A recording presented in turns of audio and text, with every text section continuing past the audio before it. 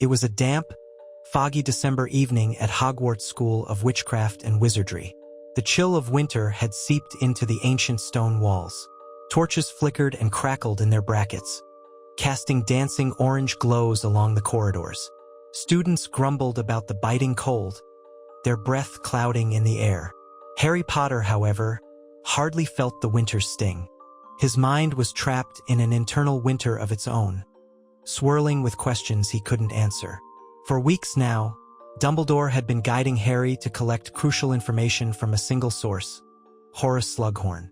The wily potions master, pleasant, vain, and sentimental about his most illustrious pupils, was rumored to hold a memory about Lord Voldemort's past. That memory, Dumbledore insisted, could prove vital to unraveling the key to defeating the Dark Lord. But the older wizard's shame or fear had caused him to alter and conceal it.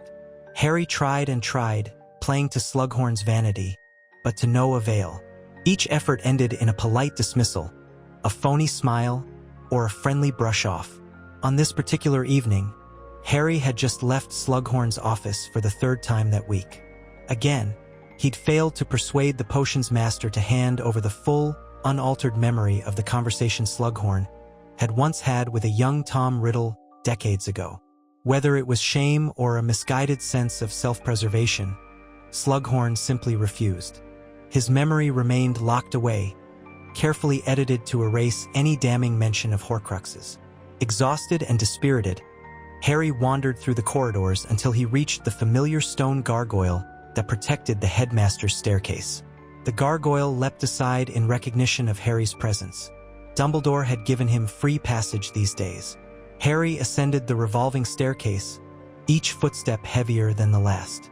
He found Dumbledore seated behind his desk, half-moon spectacles perched on his crooked nose, peering intently at an ancient tome. Dumbledore looked up, expression immediately reflecting concern. "I gather you didn't succeed this time either," he said softly. Even his voice, normally so resolute, carried an edge of despondence. Harry nodded, shoulders slumping. "I tried everything we discussed," he said. Syrup of hellebore in his tea, compliments on his newest velvet waistcoat, hints about collecting me. Nothing works. Dumbledore removed his glasses and placed them carefully on the desk. He pressed his fingers together. "I see," he said quietly, the lines on his face deepening.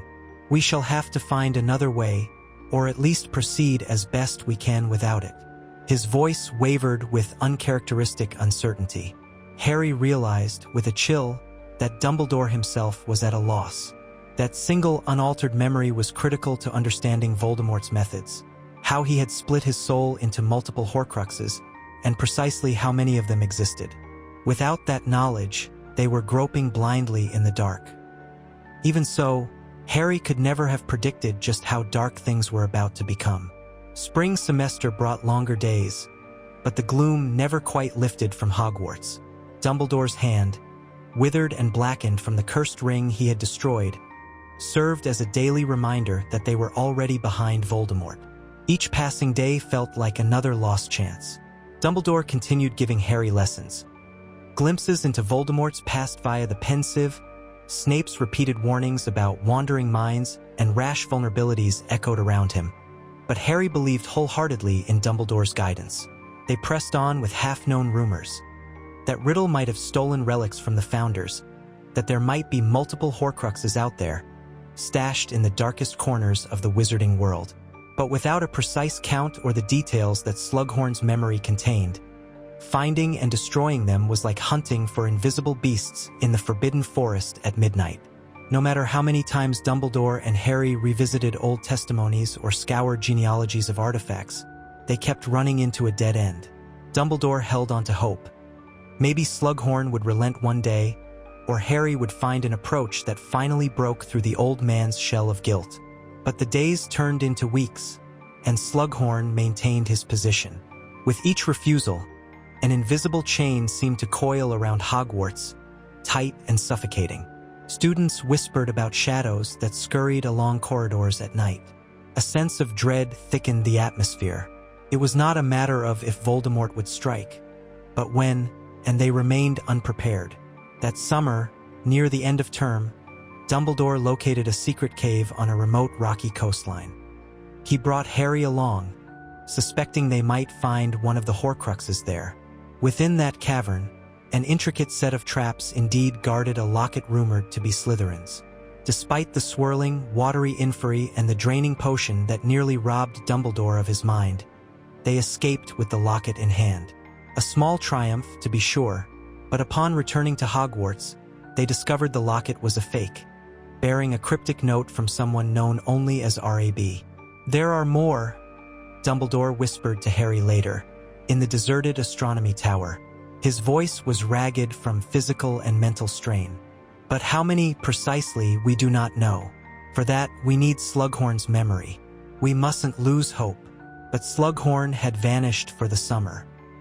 He had left the castle earlier than usual, refusing all owls.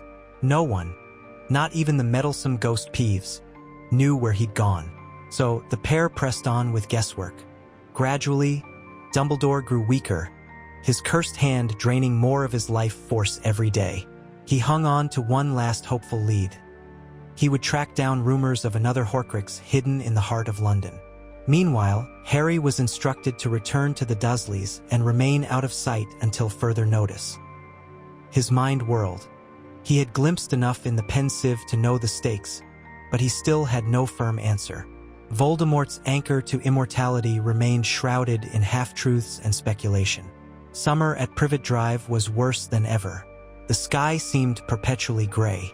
Every morning, Harry scanned the Daily Prophet, reading about new Death Eater attacks and sightings of the Dark Mark around Britain. With Voldemort's ascent, fear spread like wildfire.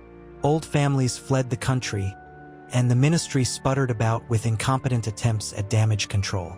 Through coded messages from the Order of the Phoenix, Harry learned that Dumbledore's condition was deteriorating, and the old wizard had pinned his last hopes on unraveling at least one more Horcrux.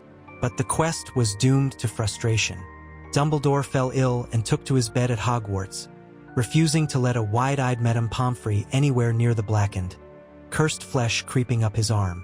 The only living wizard who might have been able to help was Severus Snape, but Snape's divided loyalties complicated everything. The half-curt, often cryptic potions he administered slowed the curse's progress, but did not cure it. Every so often, an exhausted Dumbledore would awaken, eyes drifting with half-lidded determination. He'd mutter, "Slughorn memory, must know the number." But Slughorn remained hidden, and time was slipping through their fingers like shifting sands. When Harry arrived back at Hogwarts for his 7th year, the Board of Governors had insisted the school remain open. He discovered a castle under siege, if not physically, then psychologically. Rumors abounded that Death Eaters were planning an infiltration. Aurors patrolled the corridors.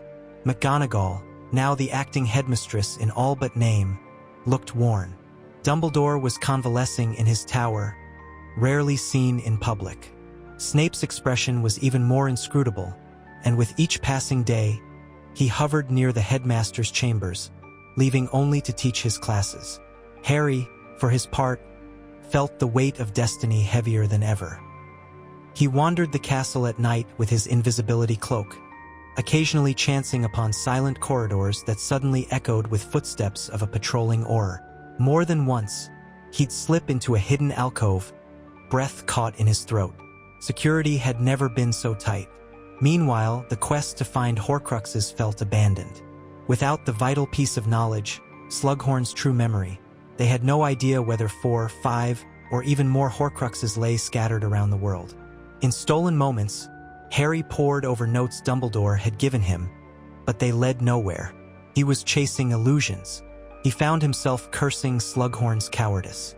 The old man was likely in some hidden corner of the wizarding world, ignoring the catastrophe building around him. And so, the weight on Harry's shoulders grew almost unbearable. He needed answers, but the one man who might have them was far beyond his reach.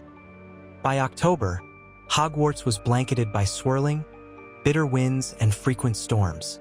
On a particularly dark morning, Harry trudged out to the edge of the Black Lake, hoping that the crisp air would clear his head. He found Luna Lovegood skipping stones across the murky water, humming some tune. Standing next to her, he felt an odd sense of calm. Her wide, dreamy eyes gazed at him. "You look troubled, Harry," she said simply. "I am. I need Slughorn. Need that memory." Luna nodded, her gaze drifting over to the forbidden forest in the distance. "I wonder if he's too ashamed. He would, after all, feel responsible for telling Tom Riddle things no one should know." Harry stared at her in disbelief. Luna's insight sometimes came from nowhere. She gave a small smile, adding, "Maybe he thinks giving you the memory won't erase his own guilt."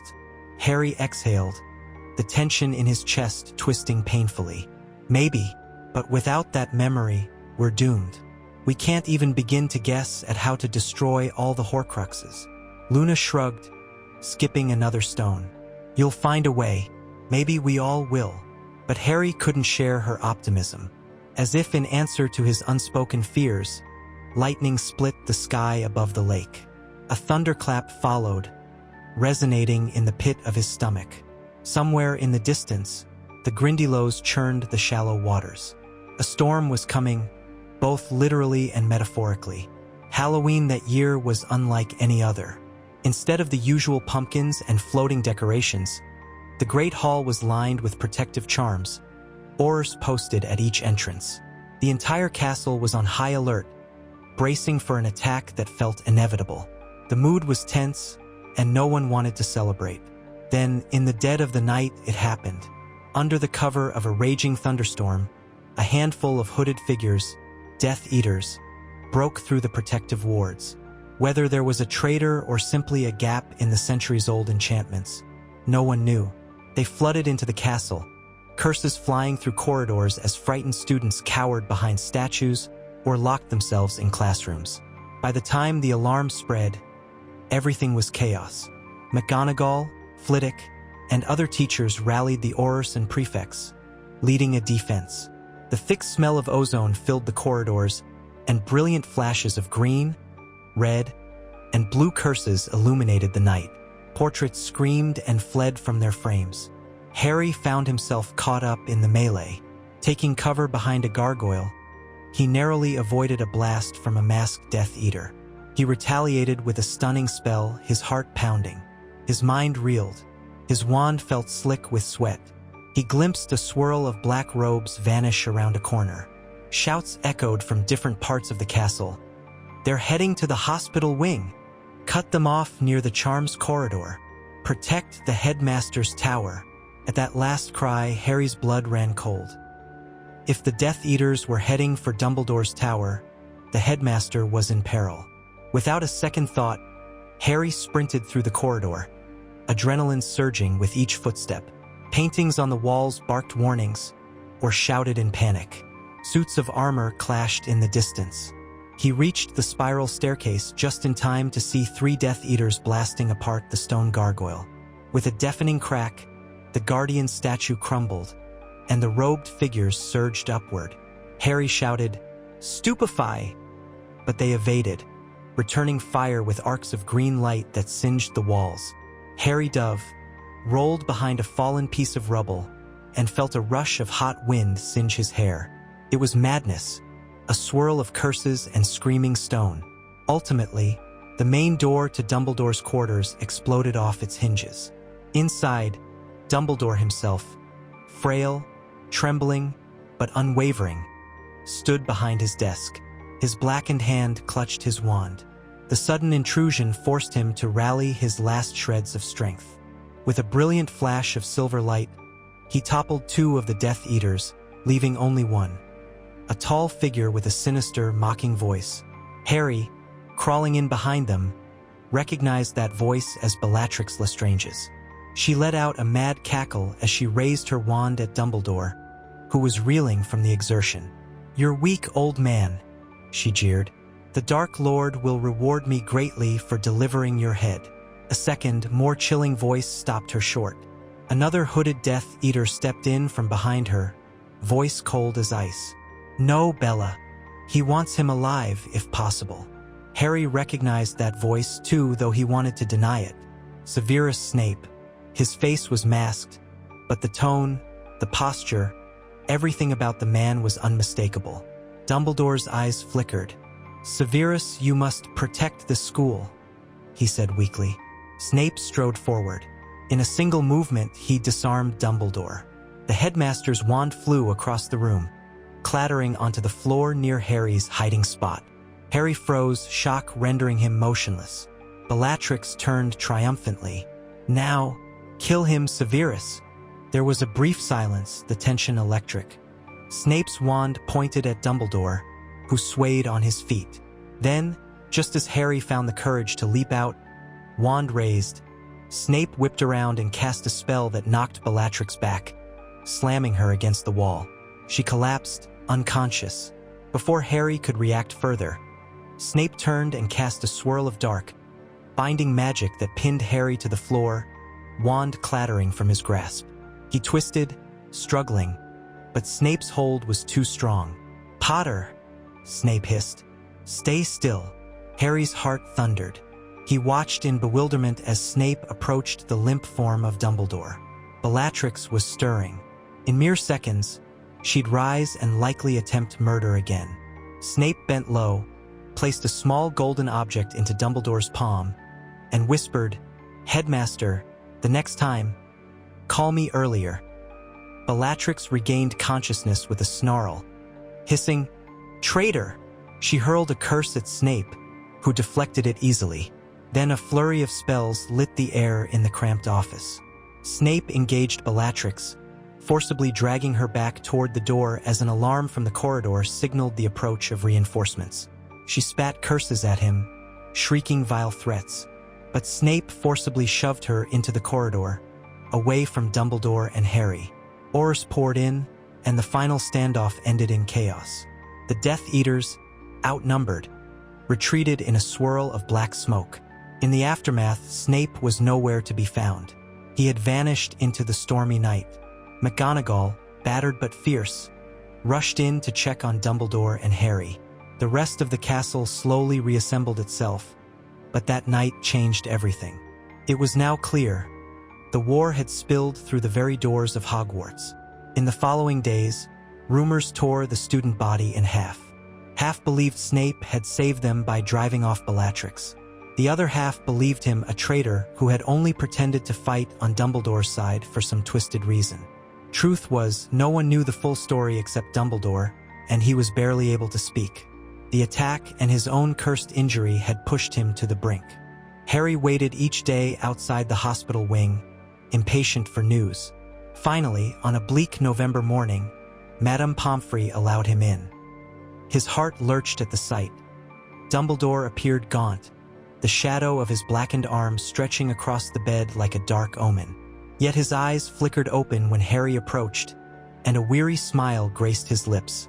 "Harry, I owe you an apology," he croaked. Harry swallowed, sinking into the chair beside the bed. "No, Professor, none of this." But Dumbledore raised his good hand, silencing him. "I led you to believe Slughorn's memory was our only route, but we must face the truth. We may never recover it.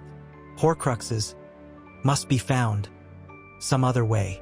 Harry felt tears prick at the corners of his eyes. "We have no leads, sir." Dumbledore's eyes drifted closed, but he continued. "In my travels, I suspected a relic of Ravenclaw might hold a Horcrux, the diadem hidden, and there's the ring already destroyed, the diary you destroyed. The locket we recovered was false. We must consider the snake Nagini, possibly something of Hufflepuff's. All guesswork, my boy. But without Slughorn's memory, we don't know how many more. Could be 6, could be 7, could be more," Harry said, voice tight. Dumbledore gave a faint nod. "Precisely. We must rely on guesswork." The first real hint of Tom Riddle's intentions was in that conversation with Slughorn. He never gave us the truth. Dumbledore's voice cracked, his eyes glistening with regret and pain. At that moment, the towering truth Harry had been avoiding came crashing down. They might fail. Voldemort had the advantage. Without precise knowledge, they were half-blind in a labyrinth of horrors. A week later, just as the castle was starting to heal from the attack, An owl soared through the great hall during breakfast. It dropped a small, sealed envelope in front of Harry. The lettering on the envelope was shaky, but unmistakable. H.E.F. Slughorn. Harry's heart thundered in his chest. He tore it open with trembling fingers. Inside was a short note. Harry, forgive me. I cannot face my guilt in person, nor can I endanger you further by returning. But I must at least provide you with a clue. If Riddle did indeed turn to Horcruxes, he spoke of making more than one. He admired Slytherin's locket, Hufflepuff's cup, and, if he could manage, an object of Ravenclaw's or Gryffindor's. A total of 7 pieces, if I recall his ambition correctly. That is all I can bear to say. I am sorry. H. Slughorn. Harry's mouth ran dry. Slughorn had given him a piece of the puzzle. Still not the memory in its entirety, but the gist. Riddle wanted to split his soul 7 times. That meant 6 Horcruxes plus the final piece inside himself, or some arrangement of 7 total fragments. Anger and relief warred within Harry. If he had told them sooner, if he had simply given Dumbledore the memory, the headmaster might not be on his deathbed. But no matter. Harry sprang up, ignoring stares from classmates. He fled the Great Hall to deliver the note to McGonagall and the rest of the Order. This was the first sign that perhaps they could mount a real search. The days that followed were a whirlwind. The Order mobilized, scouring known Death Eater hideouts, ancient wizarding families' manors, and rumored Horcrux hotspots. Gringotts in London, the Gaunt Shack, old orphanage sites. Each expedition bristled with the tension of the unknown. Dumbledore, still bedridden, could only watch from afar, delegating tasks to the senior members of the Order. Harry found himself sent on missions, accompanied by members like Remus Lupin, Bill Weasley, and sometimes Tonks. Without the unaltered memory, they had patchwork intelligence, but at least Slughorn's letter provided a general total: 7 pieces of soul. Over time, they confirmed the destruction of the diary, the ring, and discovered that the real Slytherin's locket was hidden in Grimmauld Place by Sirius's late brother, Regulus, R.A.B. Hufflepuff's cup was rumored to be in the Lestrange vault in Gringotts, and the rest were only guesses: the diadem of Ravenclaw, Nagini, or some unknown artifact. It was a dizzying game of cat and mouse. The slightest misstep could mean doom. In the midst of it all, Dumbledore finally succumbed to his curse. One cold winter's morning, word spread that he had breathed his last. The world seemed to freeze at the news. Hogwarts stood still, uncertain of its future. McGonagall organized a memorial unlike any other, wands raised to the sky. The old headmaster's body was placed in a tomb on the school grounds. There was no time to grieve properly. The war rolled on. Though his heart was shattered, Harry resolved to continue. If anything, the new knowledge of the Horcruxes, albeit incomplete, fueled him with renewed purpose. Dumbledore would have wanted him to press on. Voldemort wasted no time exploiting the headmaster's demise. Death Eater attacks escalated. The Ministry fell under partial control of puppet officials loyal to the Dark Lord. Muggle-born witches and wizards were persecuted. Undaunted, Harry, Ron, and Hermione dropped out of Hogwarts, now under partial occupation, and set off on their Horcrux hunt. They eventually stole the cup from the Lestrange vault, destroyed it with the Sword of Gryffindor, located the real locket, and similarly destroyed it. The daily near-death experiences and the heartbreak of seeing the wizarding world in tatters made them question everything. But, bit by bit, they reduced Voldemort's soul. Only 2 pieces remained, as best they could guess. Nagini, always at her master's side, and one unknown object that they had not yet identified. Without Slughorn's true memory, they assumed it was Ravenclaw's diadem, but they had no proof. Clues pointed them back to Hogwarts, ironically enough. So, on a fateful evening, the trio returned to the castle. Under the guidance of a few loyal staff members and a handful of D.A., Dumbledore's army veterans like Neville Longbottom, they scoured the Room of Requirement. There, concealed among mountains of forgotten objects, they found it. Ravenclaw's diadem, shimmering with an unnatural, eerie light. As curses flashed outside, Death Eaters, alerted to their presence, converged on the castle once again. Harry felt his scar burn. Voldemort was near. The final confrontation loomed. With a flash of steel, Ron struck the diadem with Gryffindor's sword. It split, shrieking with a dark, unholy wail that rattled their bones. Black mist seeped out, forming a ghostly visage of Tom Riddle's face before dissipating into nothingness. One Horcrux down. But as if summoned by the diadem's destruction, Voldemort himself materialized in the hallway. His crimson eyes blazed with fury. Nagini slithered at his feet. Behind him, Death Eaters poured into the corridor. In that moment, it felt like the entire school was pulsing with fear. Harry and Voldemort locked gazes. This was it. The final piece lay within Nagini, and once she was gone, Voldemort would be mortal. But how to get to her? The corridor was a battlefield. Spells erupted in a chaotic rainbow of lethal color. Neville, Hermione, and Ron battled fiercely, but the Death Eaters pressed in. Voldemort unleashed dark curses that rent the air with thunderous booms. Somewhere in the madness, Horace Slughorn appeared. No one had seen him arrive, but he stood at the corridor's edge, face pale with terror, and guilt, and something that looked like resolve. He raised his wand, though it trembled. Harry, battered from dueling a wave of Death Eaters, caught sight of him. In a flash, he recalled all the frustration, the wasted time, the memory that might have saved countless lives, including Dumbledore's. But there was no time for anger. Only the present mattered now. Slughorn pointed his wand directly at Nagini. His voice quavered with the incantation, but it was strong enough. A bright, searing blast erupted from the tip, striking Nagini with pure force. The snake let out a hideous, hissing cry. Voldemort turned, mouth twisting in fury, and launched a killing curse at Slughorn. The old potion's master collapsed to the floor, silent forever. But Nagini was gravely wounded, coiling in on herself as black energy crackled around her. That dark shrieking returned, echoing off the stone walls. Harry felt a wave of dizziness as if the entire building was spinning. Then silence. Nagini lay dead, the final shred of Voldemort's splintered soul disintegrating into oblivion. Voldemort's eyes widened in horror. In that instant, Harry knew the Dark Lord stood truly mortal. Holding his wand with both hands, Harry mustered the final ounce of courage within him. The corridor seemed to fall away. All he could see was the serpentine face twisted in rage. He spoke a disarming charm, but the power behind it was more than just a typical Expelliarmus. It was a lifetime of sacrifice and love culminating in one unstoppable wave of magic. Voldemort tried to hurl the killing curse, but the wands connected in a fountain of sparks. A brief standoff, then Voldemort's wand flew from his skeletal hand, spinning in the air. The Dark Lord, undone by the destruction of his Horcruxes, fell back. At once, the curses in the corridor ceased. Without instructions from their master, the Death Eaters faltered.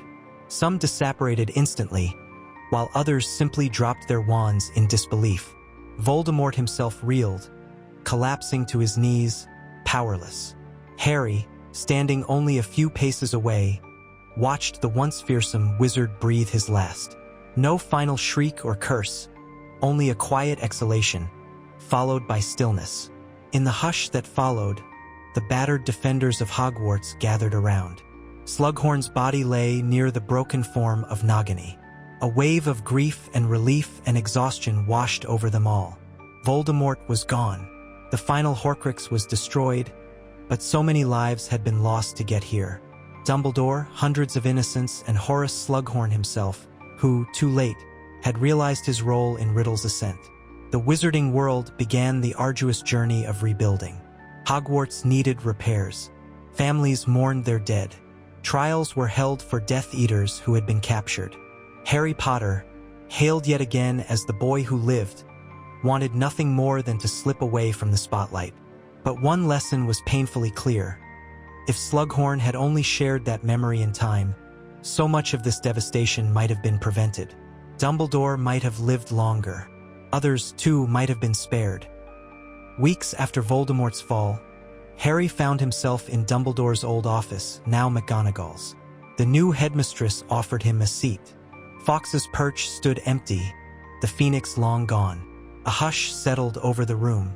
"You've done well, Mr. Potter," McGonagall said softly. Harry nodded, eyes lingering on a silver contraption near the headmaster's desk, remembering the many nights he'd stood here with Dumbledore, discussing Horcruxes, Slughorn, the future. Felt like a lifetime ago. Slughorn died bravely, McGonagall added. At least, in the end, he saw reason. Harry gazed at the swirling dust motes in the air, his thoughts drifting to all that might have been different. "Yes," he murmured. "It cost us more than we can ever measure, but at least it's over now." And so it was. The cost of a single withheld memory had shaped their entire path, forced them to guess, to fight a war in the dark. Ultimately, the light had won, but victory was bittersweet, born of sacrifice that might have been avoided. As Harry left the office, he found himself vowing never to allow silence or shame to become a shield for evil. The memory that Slughorn never gave in time served as a permanent reminder that knowledge shared too late can be as destructive as ignorance itself.